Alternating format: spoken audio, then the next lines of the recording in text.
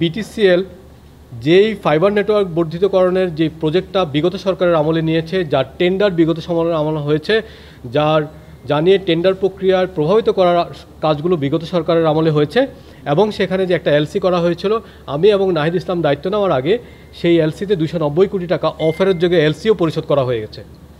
তো এই সব কিছু আমলে নিয়ে আমরা দুর্নীতি দমন কমিশনের মাননীয় চেয়ারম্যান মহোদয়ের সাথে কথা বলেছি।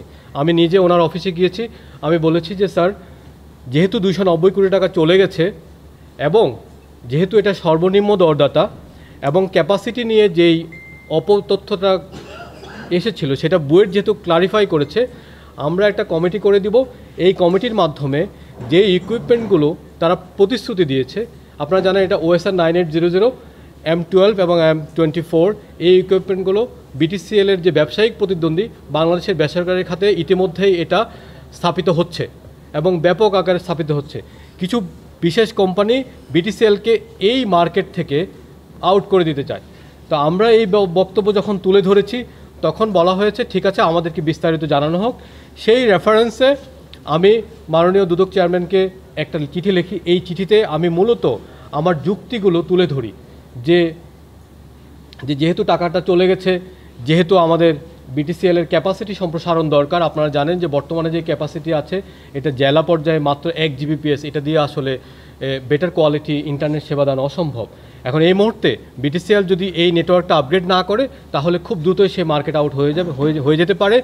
এখন যেহেতু তার প্রতিদ্বন্দ্বীগুলো নেটওয়ার্ক আপগ্রেড করছে এবং বিটিসিএল বিভিন্ন ঝামেলার কারণে, যেগুলো সাবেক সরকারের আমলে দুর্নীতির অভিযোগ এবং বিভিন্ন কারণে এই কাজটা বন্ধ হয়ে আছে, সেজন্য বিটিসিএলের যে ফাইবার নেটওয়ার্ক আছে এটা এক্সপান্ড করা যাচ্ছে না।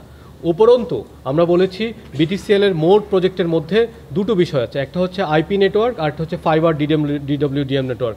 আইপি নেটওয়ার্কের কাজ 70 থেকে 80% অলরেডি হয়ে গেছে, কিন্তু সেই 300 কোটি টাকা আজকে কোনোই কাজে আসছে না, কারণ সেই নেটওয়ার্কের যে সার্ভারগুলো বসানো হচ্ছে সেই সার্ভারগুলো সংযোগ করার জন্য আমাদের DWDM নেটওয়ার্কটা দরকার।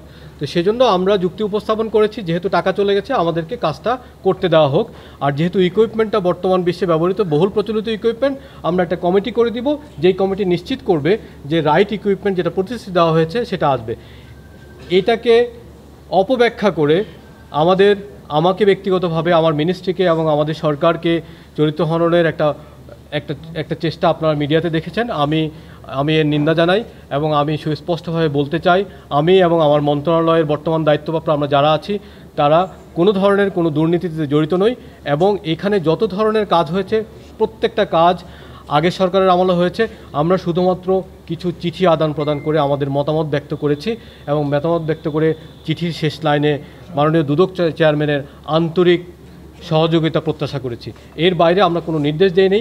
আর উল্লেখ্য যে এখানে এই প্রজেক্টের বিপরীতে দুদকের পর্যবেক্ষণ ছাড়া কোনো ধরনের কোনো মামলা নেই।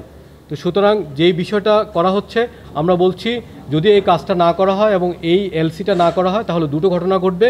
300 + 300 600 কোটি টাকার গচ্ছা যাবে এবং একই সাথে বিটিসিএল তার যে DWDM বাজারে, এই বাজারে দুর্বল হয়ে এখান থেকে মার্কেট আউট হয়ে যাওয়ার একটা সম্ভাবনা আছে।